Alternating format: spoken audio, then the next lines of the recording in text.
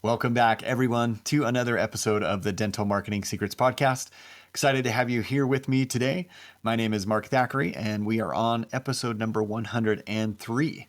And this is titled Marketing for Doctors Who Never Needed Marketing Until Now. And really, the impetus for this episode comes from several clients that have reached out to me. I've had conversations over the past week or so with multiple different doctors who up till now have really never needed to market their practice. They haven't done any specific efforts, other than the traditional, build a website, do good customer service, treat the patients well, that sort of thing. No real formalized campaigns or anything like that, but they've noticed that their numbers are falling. They're starting to slip in terms of their market share, in terms of how many patients are coming in, and it's got them worried, and that obviously can happen for a variety of different reasons. Sometimes it's just a matter of, competition that have come in and have really invested heavily into marketing and advertising, or it could just be maybe there's more corporate dentistry is on the rise. So it could be more groups that are come in and actually done something similar as well. Patients are more apt to do more research nowadays. It could be the economy is a big one, right? That's one thing that I've seen a lot of over the last 6 months is just a general decline in activity, search activity, general new patients. They're spending more time doing research and thinking things through than they have in the past. And so that's all changed the game for a lot of different practices. So if you are a doctor and this sounds like you and you've built your practice without marketing in the past, awesome job. Like you've done something right. Obviously it's worked for you for a long time, and that's amazing. I'm speaking just thinking of one of the doctors in particular that I've talked to, and he's been in the game for 25 plus years, and he's never had to do anything. And that's awesome. That's a tribute to the type of experience that he's delivering. He and his team are delivering, and the quality of care that they take clinically. And it's awesome. That's the way to do it for sure. But sometimes things happen out of your control, like a market shift, like new competition moving in. And in this case, it's a little bit smaller town.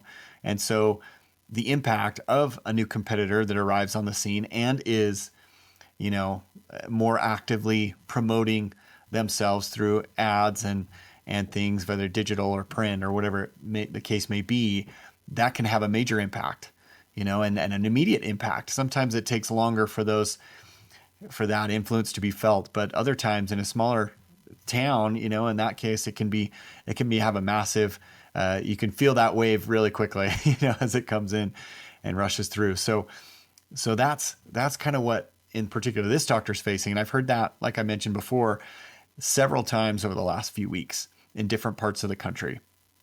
And they just noticed that their numbers are dipping, and they don't really know what to do. Like I said, they've never done this before. And so one of their tendencies is, they just want to jump right to tactics. I just need to start. I need to run some Google ads, or I need to run some Facebook or Instagram ads, and that is their immediate kind of act of desperation because they think that solves the problem. And sometimes it can. I'm not saying that it can't, but more often than not, it doesn't. There's likely a series of leaks that they are feeling that need to be addressed before you turn on that faucet. And especially for people that haven't done marketing before, there's several things that I advise my clients to do in this scenario. And we're going to walk through some of those. So the first thing that I would recommend is you have to know what's worked for you in the past. And so there are many practices, especially those in this situation, that don't have a great idea of how to find that out. How are people finding out about us? How have they found out about us in the past? Where are they coming from? And so, in fact, in this case, this doctor, they didn't know how to generate a report that showed a referral source or showed where their patients came from, or if they even track that, and so that's the first thing that I always recommend to start with, because this lets you know, and it's never definitive, right? I mean, there's people that will say one thing and maybe they found you through an ad, but they might just say, oh, I just did a Google search, or I looked at the reviews. And there is tracking in place that can monitor that type of customer experience, that journey. If they're jumping through multiple things, Facebook and then over to the website, and then they do a Google search, and then they see an ad and they click on. There's tracking tools in place that can monitor that and track that, but they cost money. And in this case, if it's a practice that hasn't been marketing that long or at all in the past, it's unlikely that they have those tools, are using or employing those tools for their practice. So in this case, they have to go off what they have, the data that they have. And it's probably not 100% accurate, but it does give you a rough idea, gives you probably a pretty clear idea in my experience, where people are coming from. And so keep with this story, this particular example, I had them they found out how to run the report, which was great, because most of the practice management softwares do offer this type of report that's built into their system. And again, whether or not they're tracking it as a team, that's another question. But again, you start with what you have. So they ran a report for the last 12 months and they sent it over to me and said, here's what I found. Here's what we have on the report. And they had generated roughly 100 patients over the past 12 months, 100 new patients over the past 12 months. So not a whole lot every month. You're looking at eight or nine, and on average each month, and which isn't a whole lot. But for this practice, that was okay. In the past it was more than that, but for this practice, it needs to be up actually probably by another 33% or more. So they want to be up, ideally in that 12 to 15, 12 to 20 range would be a healthier balance for this particular practice. And so they're falling short on that. But what we were able to review was, okay, so we had roughly, there was about 65% came from Google, and not having run any formalized ads and not really having done a whole lot of SEO either. Again, that's one of the benefits of being in a smaller town, is you don't need as much effort to really rank high on those on SEO. And so that is definitely an advantage. So they had kind of banked on that, or not banked on it, but they've gained from that a number of different patients over the years. In this case, in the last 12 months, they had about 60 something patients, that 65, 66, something like that claim they came from Google. So whether that was a review or whether they were just searching dentist near me and it happened to come up in an organic link or a map or things like that, that's where they came from. So that's already, that's already the lion's share, right? And then when you broke that down, we saw patient referrals contributed another 15% or so. So not a whole lot really. It's only one to two each month at the most. And then some other kind of miscellaneous. So already you've hit your 80%. And that's kind of what we look at generally, 70, 80%. Where does that 70 to 80% come from? And let's identify that so that we can now really put that under a microscope and see what are the things that we can do to improve that. It's already proven to work. Now, what can we do to optimize that? How can we get more juice from the squeeze? So in this case, I walked through several different options for them. We talked about Google, being an organic. There are several different factors, that contribute to ranking, and so we talked about several of those, talked about the importance to have proper content, adequate content that addresses the issues and the concerns and the goals of patients that are searching online. So, it could be something that's, if you're trying to attract a more cosmetic type of patient, then, sorry, my phone has been following me. Apparently I said Google too many times. But if you're trying to attract a cosmetic type of patient, for example, they're going to have different types of questions than someone who's just looking for a new provider. So if they move to the area and they just need a new new office as their home office, essentially, or let's say you're an orthodontist and you are trying to attract more adults who need teeth straightening. I mean, they need their smile corrected, and they're likely going to be looking at some type of clear aligner. It could be Invisalign, it could be Clear Correct, because they want a little bit more discreet way to do that. So they're going to have different questions than if it's their 8-year-old, who's just starting. So you want to build that into your website, because what that does is it shows Google that you are an authority on the topic. And that's what they're trying to show, right? I mean, if you take it from Google's point of view, they're trying to show the most relevant response to a question or to a query that people make, in this case, patients make. And if they deem you as the authoritative figure by your content, by your reviews, by, how well you've designed your site to make it readable and scannable, then the likelihood of you showing up high on those results goes way up, right? Because you're playing by their rules. And that's what they're looking for. And really, when you think about it from a patient perspective, that's also what you want to deliver. It's frustrating as a patient when you go to a website. Let's say they're searching for, let's keep with that example. They're searching, they're an adult and they're looking for orthodontic options as an adult. And so they search online, they come to your website, and it just has a basic overview of what orthodontics is or what they offer as the type of services. Maybe there's clear aligners, maybe there's not, or maybe clear aligner. I'm sure there are. If you're an orthodontist, I'm sure they have some type of clear aligner option, as well as traditional braces, as well as some of the hybrid options. And they might overview it, but as an adult, you might be thinking, well, yeah, but how do I know that's right for me? And that's where a lot of practices miss the mark, is they don't see it truly from a patient's point of view. They don't step into their shoes and ask those same type of questions and answer those questions. They want that knowledge right away. They don't necessarily want to have to pick up the phone to call and get that knowledge, or to come in the office, right? That's even more of an effort to do that. And they have to take time out of their day, and they don't know how long it's going to be, and they're worried about being sold or patronized. There's all these things that come up. And if you can do that, if you can answer those questions and provide that information up front, more often than not, then you become the incumbent. You become the go-to provider. You become their best option because you're the one who gave them that information. They see you as an advocate. They don't see you as just trying to make a buck, because you're gatekeeping all this information and saying, well, you got to call the office to come in for an appointment, and then we'll share it with you. I mean, it's kind of a little cringy, to use the words that my teenagers would use. They don't like that feeling, and neither does Google. Come to find out, they love people that are willing to share, because then it gives them.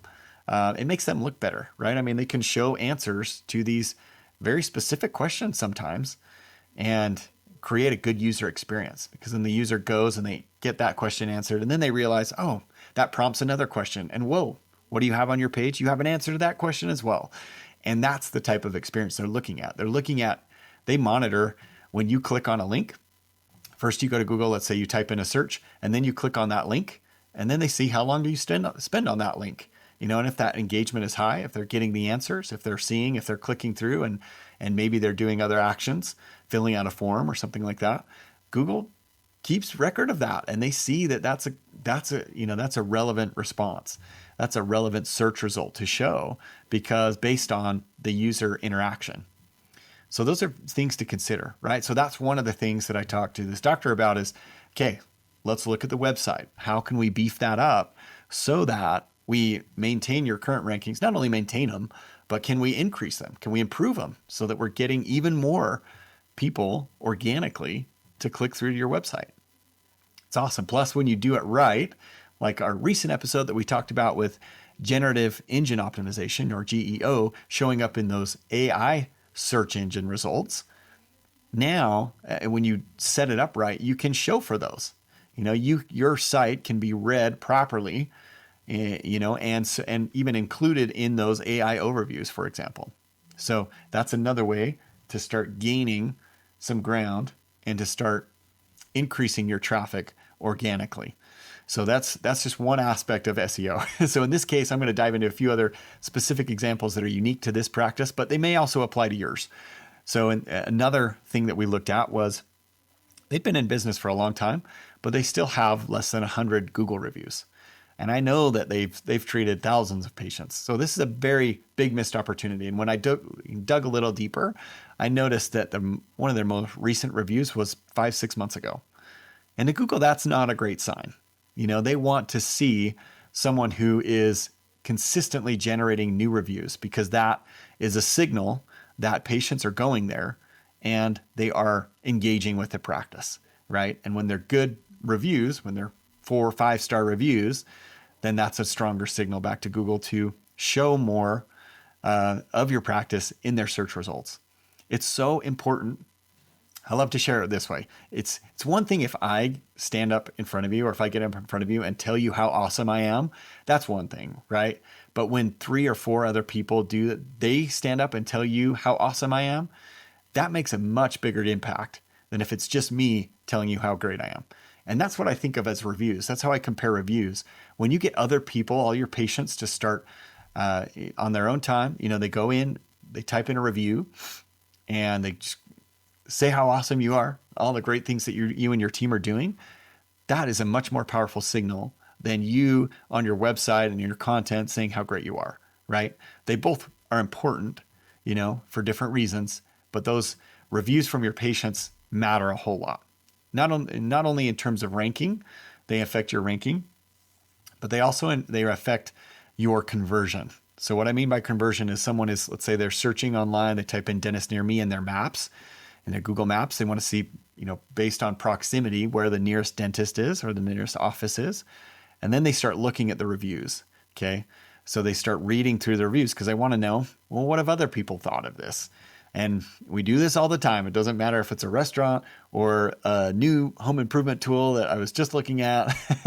I wanted to see, are people using it for the same reason I wanted to get it, So that's what patients are looking for. So it can help tremendously when they see, oh man, these ones had 10 new reviews yesterday or 10 new reviews in the last couple of weeks. There's a lot of people that are going to this office and having a great experience. So I can have a great experience as well. It lowers the pressure, not the pressure, but it makes it more believable, more credible to go to your practice. So that's another thing that we looked at was Google reviews. How can we bolster their reviews to improve our rankings and to improve our conversion? So that's the other thing that you want to look at when you're reviewing. In this case, you're trying to bolster your how you're ranking on Google. That's another great place to get started because it's easy. It's something that you can do right away, and you can get your team involved. It's just start to build out a process on how to do this. And so we've created basically a game plan, a playbook, a Google review playbook or a review playbook, because it can be applied really to any other review platform as well. And that's another topic because it is important to get reviews on other platforms, but we'll dive into that in another episode. But yeah, so we have a playbook. If you want to reach out to us and we can share that with you. Those are some things that you want to look at. The other thing that we mentioned too is your Google business profile. So many times what happens is that someone will set up a profile. You have your place of business, in this case, your office, and you set it up once and you don't really ever look at it again.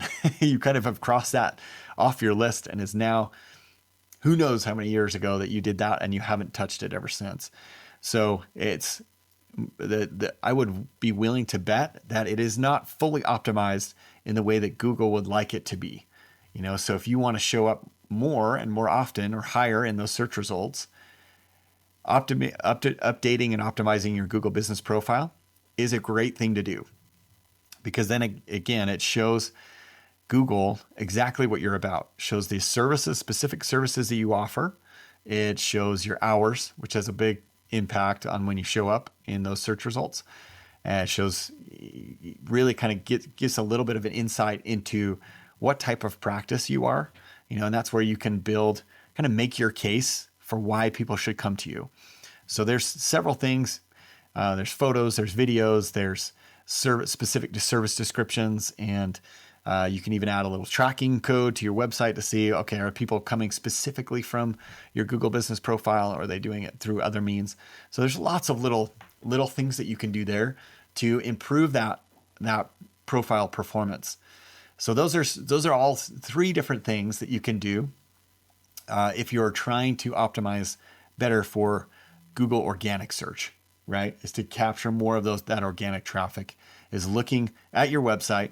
You can look at content that's relevant, content that answers questions that people have, and you want to make it specific to your audience, and to your area. So you'd want to include keywords in a natural way, not in a keyword stuffing type of way, or sound like a computer type of output, but in a natural conversational way, the city that you're really trying to rank for. So that's, in addition to that, there's other things too. I mean, there's a whole topic on SEO. You talk about the technical on-page SEO, there's off-page SEO, there's so many different things, and I'm not going to get into that, but those are some basic ones that you can do now and get started with. That's really anyone can do this without a whole lot of experience. You just think of, in this case, when you're thinking about content, what are the questions that people ask me all the time about, in this case, clear aligners, or treatment for adults, or could be, if you're cosmetic, porcelain veneers. What are the questions that I get asked all the time, or have been asked in the past, that would be helpful for someone to know before they make a decision? And then just make a list, answer those questions, and add them to your website. Or you can make a video, just pretend like you're talking with a patient and have an assistant, ask you these questions, and you just run through them and just make it. Doesn't need to be fancy. You don't need professional equipment. Just your smartphone's going to be great. Make sure the audio's clear enough to hear and the lighting's okay. And you are really, honestly, good to go. So don't make it more complicated than it needs to be. Okay. But again, if you need some help, we're here for you. Just reach out. I'm happy to guide you or be a resource, or we can talk about if you want us to work for you. As a private client, that's also an option as well. So that was the first case. And the second thing we talked about, based on the breakout, was patient referrals. That attributed for another 15 to, I can't remember what the exact number was, 15 to 18% of their new patients over the past year. Now, to me, this was a big opportunity, because when I see that number and it's low, 1 to 2 at the most per month, that's a huge opportunity, because for a lot of practices out there, referrals represent at least 30%, sometimes up to 60 to 70% of all new patients. And that's for those that really get behind this idea of referral-based practice, that's what can happen. It's not unheard of to, in this case, for this practice where they're only generating a couple a month, to 4 to 5 to 6 times that amount just with a formalized approach. And when I mean formalized, it means an approach that you do on a consistent basis. So you look at it as like an engineer would, and you take this problem, you're trying to get more referrals, and then you zero in and you say, okay, how can I break this down into manageable steps? There's also a TV show called How It's Made. I'm not sure if it's still on or not, but it's really informative when you're looking at something like this, because it breaks down the process of, say, making a pencil, something that you just take for granted, and it goes step by step by step by step by step. And each step is only responsible for that one thing, and then it moves on to the next. But that's such a good visual of what we're trying to do with your marketing, in this case, with your referral generation campaign. So what can we do? Little steps here, that lead to big results in the long run. Yeah. And this one is one that isn't necessarily, you're not going to see, 30 new referrals in the first month type of thing, but it does start to build and compound over time as you do this more consistently. And one of the things that I like to do is, and it's a great exercise for you and your team, is to really sit down and think, what do we do really, really well in our practice? Like, why do people choose us? Honestly, there's several options. And I give this example all the time, but when I go to my dentist, I drive by my dentist, he may be 2.5 miles away. I literally pass a dozen different options that I could go to. And so it's a great exercise to think, well, why on earth would our patients pass all these competitors and choose our office? What do we do, and in what ways do we really knock it out of the park every single time for our patients? And really double down on that. I mean, it's you got to play to your strengths, and if you can articulate that in a compelling way, it makes it so much easier for people that are researching and they're comparing side by side this practice versus that practice, because not a lot of practices do this well. To be honest, most of them are very cookie cutter. They look at someone else's website and they pretty much copy what's on their website, and they might tweak a few things, but overall, from a patient perspective, it's not that different. Spoiler alert, it doesn't really change all that much. So you gotta think like a patient would, and if they're comparing different options, what's going to really stand out to them? What are the most important drivers for our patients? Maybe that's that we are, and don't give me just, we're great at customer service, these platitudes that you can spit out. They're just their platitudes. That's where everyone says them, and everyone should be able to say them, right? If you're in business. I mean, that's of course statement. Like, of course everyone says that. But if that is what your strong suit is, then you better be able to articulate exactly how that is to really demonstrate how you do that, in a tangible way. So I mean, if it is patient comfort, well, what does that look like? That looks like, hey, we have several different types of sedation. It's just to make you feel comfortable. We have nitrous, we have IV, and you spell that out for them. So that means that if, let's say you're just a little nervous and you don't really want to do full, we have nitrous oxide that you can take, just a little laughing gas to take the edge off. That's really, for most of our patients, that's all you need, but that's just enough to get you to feel comfortable. Now that you're in the chair and now you're able to come confidently to the dental office, look at what that does for your overall health. Not only are you more confident in yourself because you're doing something that you need to do, but your health goes way up. You're able to eliminate a lot of these problems from becoming major problems. They're just little issues right now that we can resolve right away. And it's saving you all this money, and you really try and spell out what that looks like for them.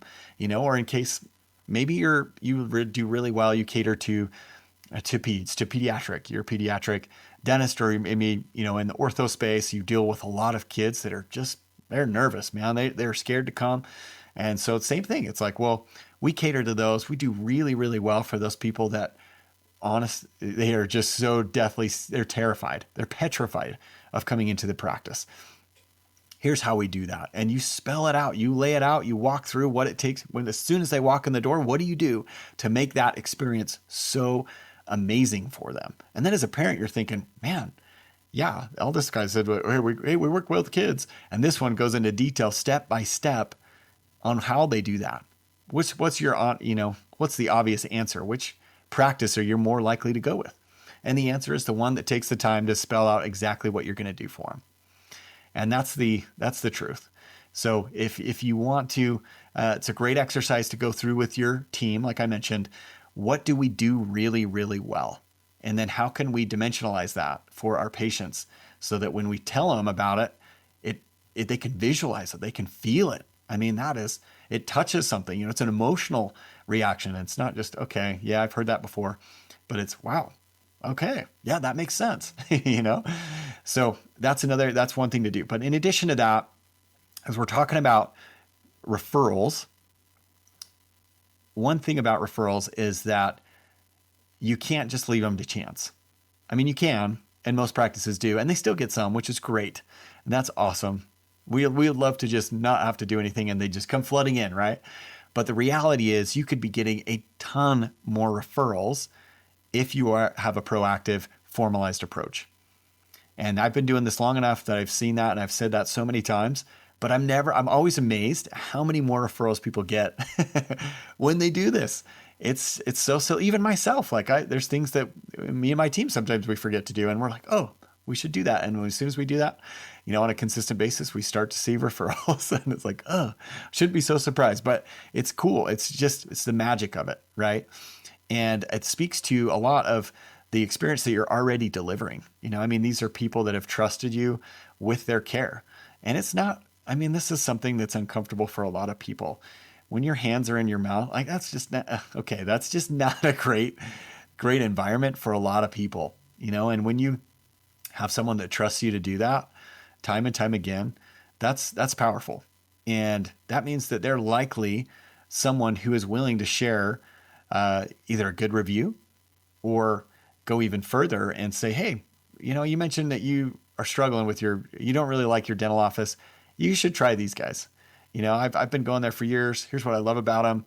Just give them an option. Just go see them. No pressure. Just go see them. See how you feel, and make it easy for them. Okay. So when I was talking to this doctor, that was one thing that we looked at as well. So you want to identify what works really well or your strengths. How can you dimensionalize those by being very specific on the actions you take to realize that outcome? And then look at what are ways that we can plant the seed for referrals, and it's so funny, not funny, it's kind of funny, really just sad more than where you get these practices that patients call up and say, hey, just wondering, are you guys accepting new patients? I was like, of course we're accepting new patients. Almost every practice out there is for accepting new patients, but the patients themselves don't realize that. The people don't realize that half the time because you're not doing a great enough job communicating that to them. So there's a lot of different ways. My team and I have come up, we've produced this, what we call a referral map. And it walks through all these different opportunities to ask for a referral in a very non-pushy, natural, organic way, from the check-in to the gift bags to a monthly email to follow-ups there's so many different ways. And when you build that into the type of practice that we are a referral-based practice, that has a huge effect, and patients in particular start to take notice of that, and you will condition them to send you more referrals. Like that's just how it is, and you articulate that in a good way. You make it easy for them. You reward them through praise and recognition and other ways, and people start their behaviors change. You'll be amazed. It's awesome. It's so cool. So it's really kind of putting together a plan of how can we do that? How can we build that out? So that's the last thing that I talked to him about was just how do we create a referral program, that we can use on a regular basis that makes it easier for people to refer. And the last thing about that, that I failed to mention is that we're in the process of creating a unique offer that's only available for referrals. It's exclusive. It's not something we broadcast out to everyone or say that, hey, this is only for you, and then give it to everyone else in sight. No, it's exclusively for referrals. Now, what does that do? It gives your patients something to share with people that they know, and not just say, hey, go see Dr. Mark. He's awesome. You need to go see him. But they have some, a specific invitation. Be like, hey, you know what? Go see Dr. Mark. It's no risk. It's actually a complete, it's risk free. He has a guarantee that if you just go in for a cleaning to try him out and you're unhappy with the cleaning, he'll totally refund your cleaning. Like no questions asked.